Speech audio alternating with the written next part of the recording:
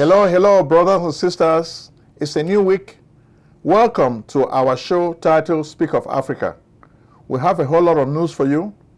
For the week of today, there's too much trouble in Africa. So we're going to talk about African problems. But the main geopolitical news has to do with Donald Trump and the superpowers scrambling for Africa. Okay? Africa makes us remember 1884, 1885. That's the Berlin Conference. When Europeans sat at the table without consulting Africans, and they decided to partition Africa. This has been hurting Africa even today. We have artificial borders. A guy was asking me, Prince Ojong, when I look at Africa, why are there too many countries in Africa? In Europe, you have a territory that's not as big as Africa, but you have fewer countries. Why are there so many countries in Africa? It's because the Europeans perceive Africa to be a cake, a bounty. They were just cutting, slicing it the way they could. They were putting countries together without paying attention to the tribes that were living in those areas.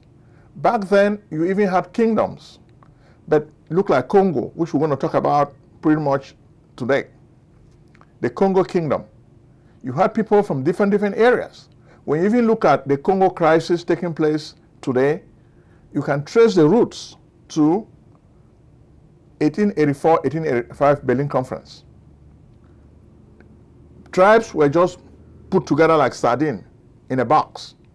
So what happens? They have to move around. Sardine is dead fish, but human beings are still alive, so they need space. So a lot of those boundaries are arbitrary. Sometimes you have straight lines, sometimes you have crooked lines, sometimes you have some countries almost engulfed by other countries, like in the case of South Africa and Lesotho, or you take the example of Gambia. So the lines were done arbitrarily, so they were not done with consideration for the tribes or the identity of the aborigines. This is why we're having some of these problems. But as we always tell you, we have to learn, because we can solve our problems if we decide to take the right moves. Because nothing can do it for us, we have to learn to do things for ourselves. The other day I saw former President Uhuru Kenyatta talking about the Trump US aid suspension. Let's learn to be self-reliant. That's the motto we've been preaching on this show every day. Because nobody will give you anything for nothing. In fact, as countries are concerned, it's always a game of national interest. What is in our national interest? It is in our national interest as Americans to exploit other countries. Look at the example of Donald Trump, Russia, and Ukraine. What's happening? Trump is trying to make a deal. He's trying to make the deal sweet for America. He's saying, Volodymyr Zelensky, in order to protect you from Russia, we're going to be able to make you pay us with your minerals. We're not going to do this for free. It's not a free lunch. So that's the way realpolitik operates. Countries ask for something in return. Unfortunately, a lot of Africans are naive. We always expect things for nothing, and which is why we're where we find ourselves. The Europeans give us aid, but a lot of this aid is dead aid. We get the aid, then we're surprised when they turn around and ask us to pay 4 or 5 times what we borrowed, because we're thinking that we'll get a free lunch. It's the same thing. China comes beckoning, charming us. We think China is making those loans for free. No. China will start asking you for something. There's always what we call a quid pro quo, something for something, because we cannot give you something for nothing. Okay? There's always the law of reciprocity. If we give you something, you have to give us something back. You have to give us something in return. So when we look at the map, Trump and Zelensky was not even invited to the meeting that took place in Saudi Arabia, because Trump is trying to work things out, trying to weaken Zelensky so that he can bully him and impose conditions on him. That's the Trump strategy of negotiation. from Zelensky and Trump and Putin, we can see that Trump wants to have an upper hand in the negotiation because he wants to help his country. Trump makes it sound as if Joe Biden was giving stuff to Volodymyr Zelensky for free.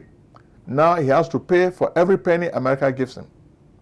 That's just the way international relations work. We take you back now to Ambazonian. Not much has been happening in Ambazonian these days, but it doesn't mean that the revolution is dead. The people made a lot of mistakes, especially the infighting.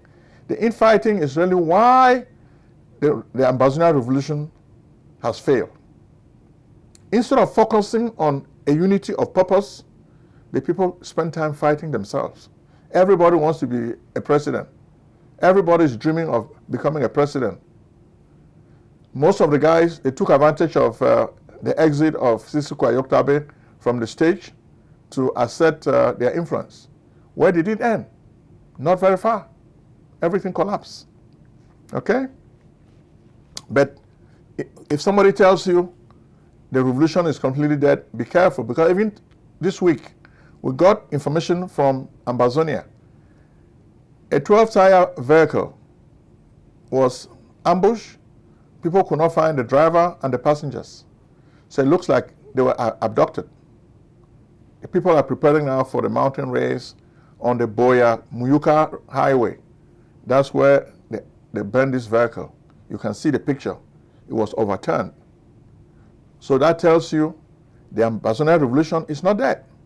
Those who are saying that is dead don't really know what they're talking about. The revolution is a spirit. Even though the Biya regime has suppressed the people, but the people still have it in their mind that they want to be free. So they don't just want to just give up. So the Biya regime may make people think that, okay, we'll vanquish these Ambazonian guys, the revolution has ended. No, be careful, because the people are still thinking about freedom. They don't stop thinking about tomorrow. Tomorrow, tomorrow, tomorrow. As my Shakespeare guy always says in his plays, tomorrow, tomorrow, tomorrow. Okay? So that's what is happening. Then, of course, we saw some images of FM Nopiri. Some people are asking me, is FM Nopiri still alive or still dead? They showed us some pictures from the past, and they were saying that he reappeared and is asking for people to raise funds to help fight for the revolution.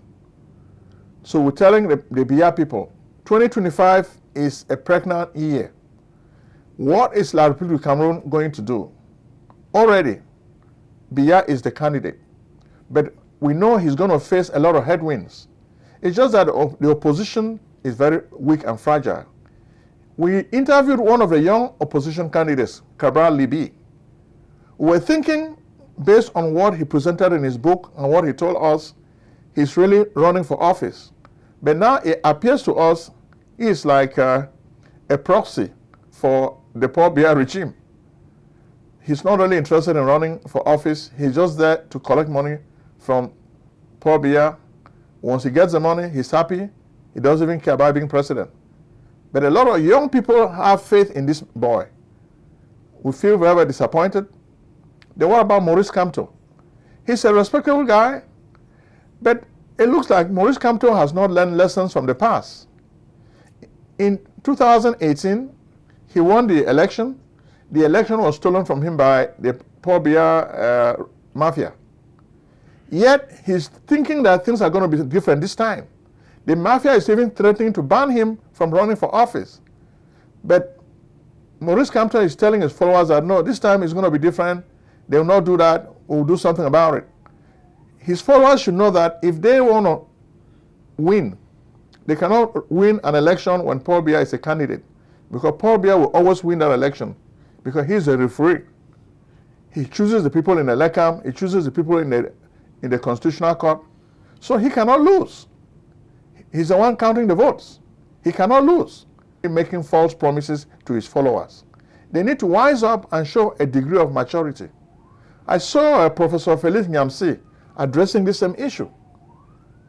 Maurice Kamto needs to be honest with all his followers. How is he going to enforce his victory. Last time he could not do this. How is he going to enforce it this time? He's been talking about the need to write a new electoral code. It has not been written. Yet he wants to run for office under the same rules that have been set by the Biya Mafia. The north of the country has been making a lot of noise. But we call it noise because when Ferdinand Gongo went to the north to visit some of his party stalwarts, they were trying to make some noise to protest, but it looks like he must have gotten into the room and given them some envelopes. Then they started clapping for him and the protest ended, Cameroon style. This is really funny. But we have a lot of promise for Burkina Faso.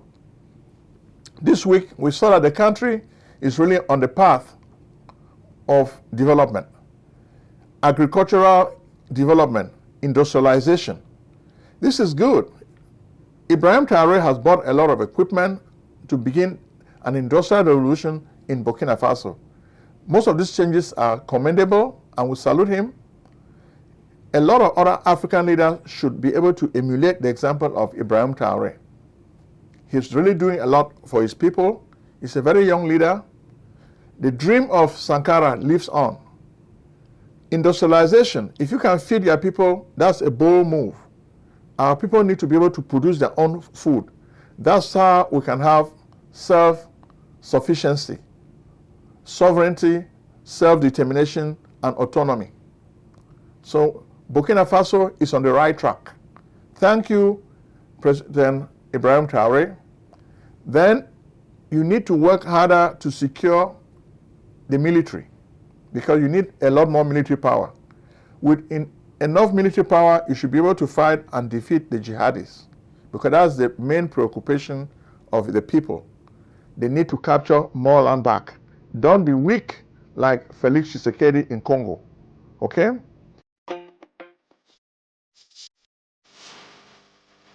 At AUK Tax Service, we understand taxes can be overwhelming. That's why we've been serving taxpayers and tax preparers nationwide since 1986. Why wait for your money? We guarantee fair and accurate tax returns with experienced professionals you can trust.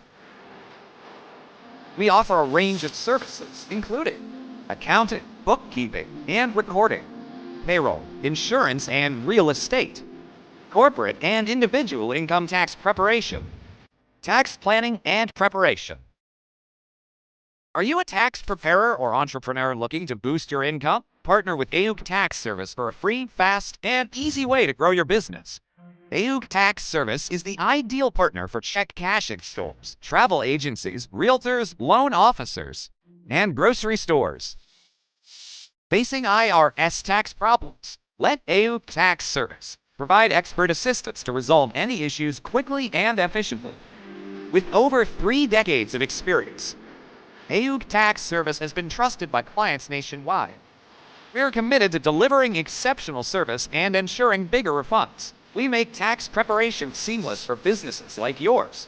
Don't wait, get your fair share with AUK Tax Service. Contact us today and let us handle your taxes with care. Learn more at www.auktax.com. Visit one of our convenient office locations or call us today. Our offices are located in Maryland and Virginia. AUK Tax Service. Bigger refunds. Better service.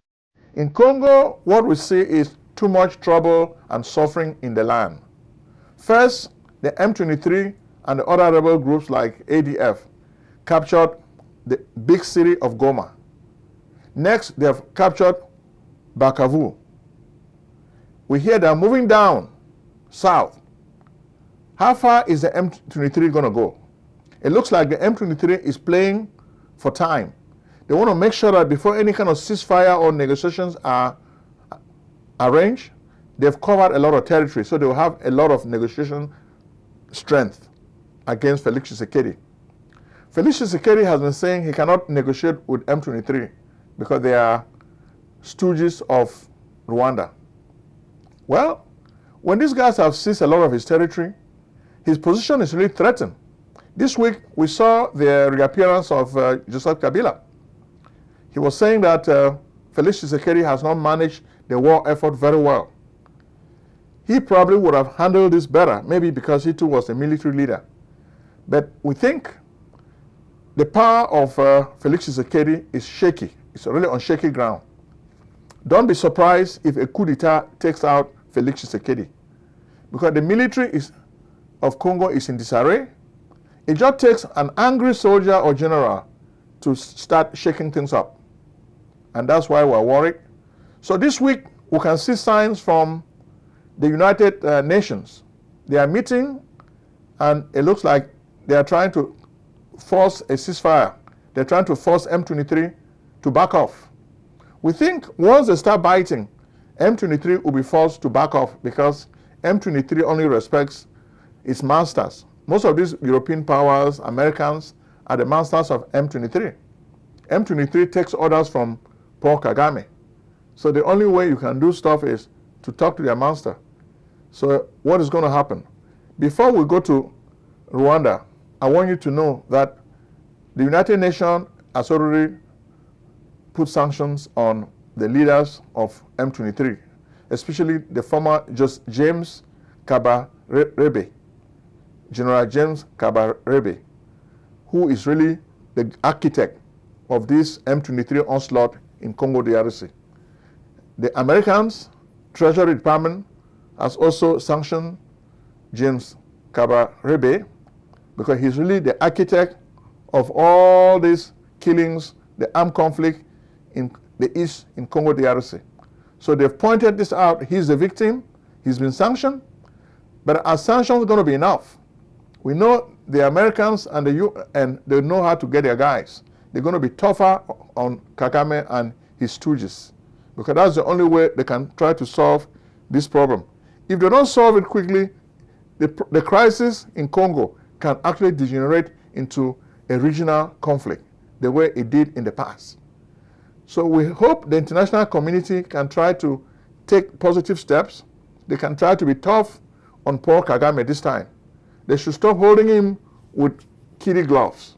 He needs to be held with iron, the way Napoleon and Bismarck used to say. If the problems of the day cannot be solved by democracy, they have to be solved by blood and iron. And that's what is happening. Then what about Nigeria?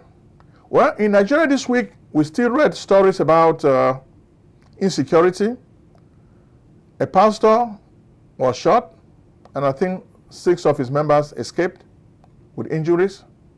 So that tells you that the Muslim guys are still attacking Christians, which is not good. But even though there's insecurity, you could see the big guys in Nigeria celebrating. It was the book launch of IBB, Ibrahim Baramosi Babangida, the former president of Nigeria. He was a military leader. He was the one who was forced by the Abiola victory to relinquish power to Shonekon. But he went away. He was also the one who deposed Muhammadu Buhari. So this week they were organizing his book launch in a fanciful hotel in Abuja. It was a big event. All the who is who in Nigeria were at that event. Who is who? The former president of Nigeria, Yakubu Gowon, was there. All the big guys you can think of, even Bola Tinubu was there. Obasanjo was more like the MC. Then, of course, the former vice president, Osinbajo, was there. So it was just like who is who in Nigeria was at this event. The event was designed to launch his book, A Journey of State Service. It shows what he has done for the country. He was like it was like a memoir. He's remembering what he did for the country. It's like a form of history. But you know, the form of a memoir is not really a biography. So with a memoir, the guy is just reminiscing. So you don't really have to hold him into account. Just like Obasanjo said, when a guy writes a memoir, some people are positive about it, some people are negative, but it is good to be critical. Let's look at this period in Nigerian history and be critical about it. It is true that the book of Babangida addressed some of the issues that Nigerians have been talking about. The killing of Moshood Abiola. Abiola won an election democratically, but the military guys organized a mafia and killed him while in jail. We heard they poisoned his tea and he died. The death did not end just with Abiola himself. They did the same thing to his wife, Kudirat. So Abiola has been a friend to most of these guys, but it looks like when they are determined, they only want military guys to get into the mafia. They do not want civilians. So they had to kill him so that they can make way for Obasanjo to come back as a military guy. Then they continued the loot of Nigeria. So that's why you see that a lot of young Nigerians are questioning the merits of all these people. Dangote coming to this big event, donating funds for the building of the Presidential Library of Babangida. It was more like payback time. The same thing happens in America. Some people will say, if you become president, at the end of your presidency, you can go out and give speeches and they pay you big money. Wall Street will pay big money for the speeches. So Nigeria is doing it on a smaller scale. But it's just the same game of corruption. There's so much corruption. Babangida helped a lot of these guys to be where they are today. They stole a lot of money. Babangida is just like a godfather. He did a lot for you. You have to come back and pay him back and say, Baba, thank you for what you did for me. And that's why most of these younger leaders were coming and saying, oh, Babangida was my boss, was my prefect. I can do this for him. But what about the country? The country continues bleeding. That's the sad part, the sad story in Africa. Nigeria, one of the richest countries in Africa, big, with a lot of resources, a lot of intelligent minds, but most of these minds have escaped to foreign shores because they are not happy with their country. They are helping to build a lot of foreign countries like the United States and Great Britain. Somebody once told me, when you go to New York, you will not believe the number of Nigerian doctors and engineers who are living in that city. So many of them.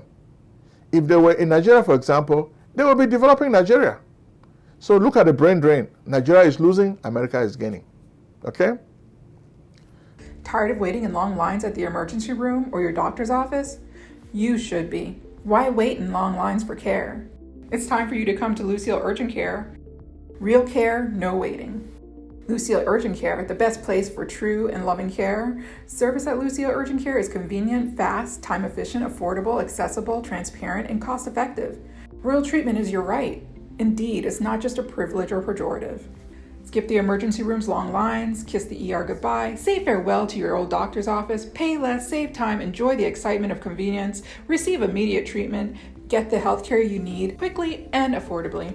Lucille Urgent Care offers many express services: rapid COVID-19 testing, on-site prescription, preventative lab services, imaging and x-rays, urgent medical treatment for common illnesses and injuries, routine vaccines and flu shots, work-related injury services, pre-employment, occupational, annual, and sports physicals, immigration exams, and much more.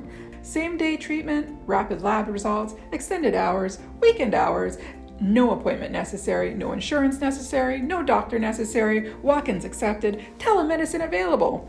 We are open 7 days a week with evening and weekend hours. We are located in Maryland, Lucille Urgent Care, 903 Half York Road, Towson, Maryland, 21204. Website, lucilleuc.com. Call at 443-275-1286 or 301-593-4897.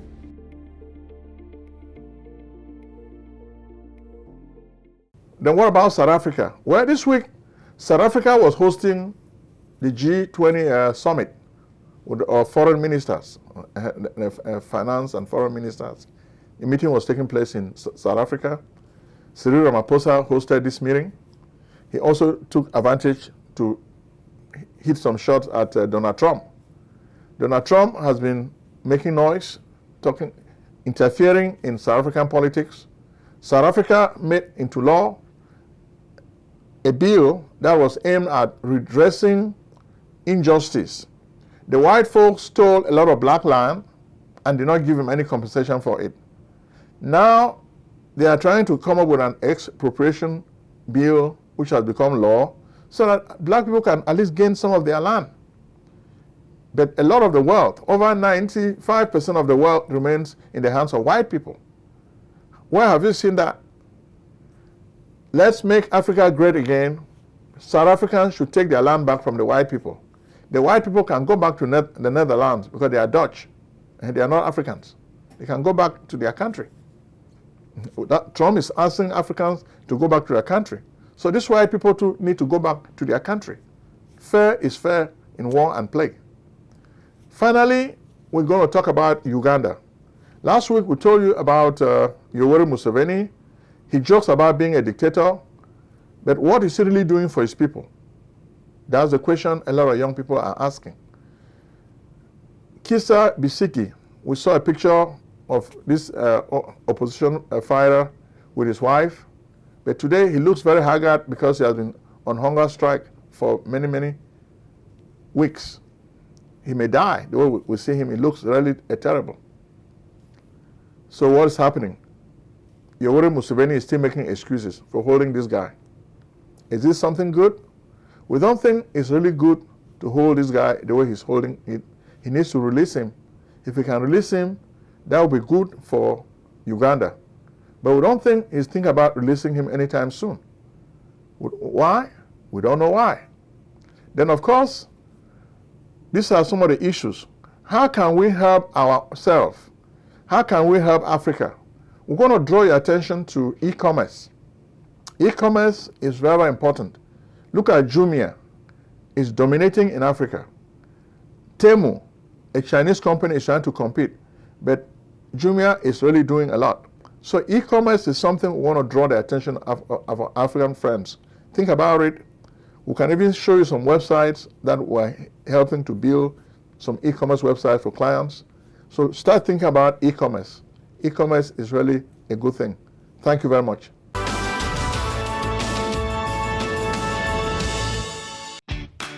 Do you need tax preparation services? We can help. Contact PJ Tax Service, America's only full-time income tax preparers. Like the good old doctor, we do not close our doors after April 15th. In fact, we stay open all year round in order to serve you.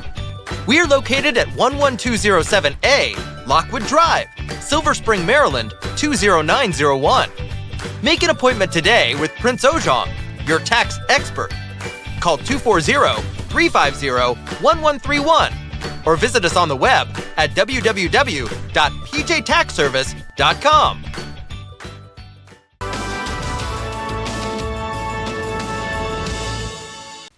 Selling a service or a product?